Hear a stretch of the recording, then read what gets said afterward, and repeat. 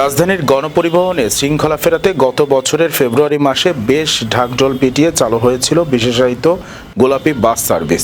কিন্তু চালুর মাত্র 5 মাসের মাথায় মুখ থুবড়ে পড়েছে অন্তর্বর্তীকালীন সরকারের এই উদ্যোগ। কোনো নিয়মনীতির তোয়াক্কা না করে বিশেষায়িত এই সেবা এখন রূপ নিয়েছে সাধারণ লোকাল সার্ভিসে। সড়কের শৃঙ্খলা আর যাত্রীদের স্বস্তি দিতে গত 6 ফেব্রুয়ারি আবদুল্লাপুর থেকে গাজীপুর রুটে 12টি কোম্পানির প্রায় 2610টি বাস নিয়ে যাত্রা শুরু করে গোলাপী বাস সার্ভিস। উদ্দেশ্য ছিল টিকেটিং, নির্ধারিত কাউন্টার ও স্টপেজ ব্যবহার এবং দাঁড়িয়ে যাত্রী না তোলা।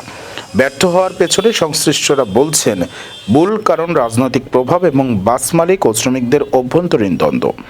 টিকিটিং ব্যবস্থা চালু থাকায় ভাড়ার টাকা সরাসরি মালিকদের কাছে চলে যেত, ফলে চালক ও সহকারীরা দৈনিক ভিত্তিতে বাড়তি আয়ের সুযোগ হারাচ্ছিলেন। এরই জেরে শ্রমিকদের উস্কে দিয়ে টিকিটিং মেশিন অকেজো করা সহ পুরো ব্যবস্থাটিকেই সক্রিয় করে দেওয়া হয়। এছাড়া সিটি কর্পোরেশন কর্তৃপক্ষ সঠিক বাস স্টপেজ নির্ধারণ করতে না পারাও অন্যতম কারণ হিসেবে দেখছেন তারা। নানা জটিলতায় স্বপ্নের গোলাপী বাস এখন সড়কের আরেক বিশৃঙ্খলার নাম। তবে সংশ্লিষ্টদের সমন্বিত উদ্যোগের মাধ্যমে দ্রুতই এই সেবা আবার স্বরূপে ফিরবে, এমনটাই প্রত্যাশা ঢাকাবাসীর।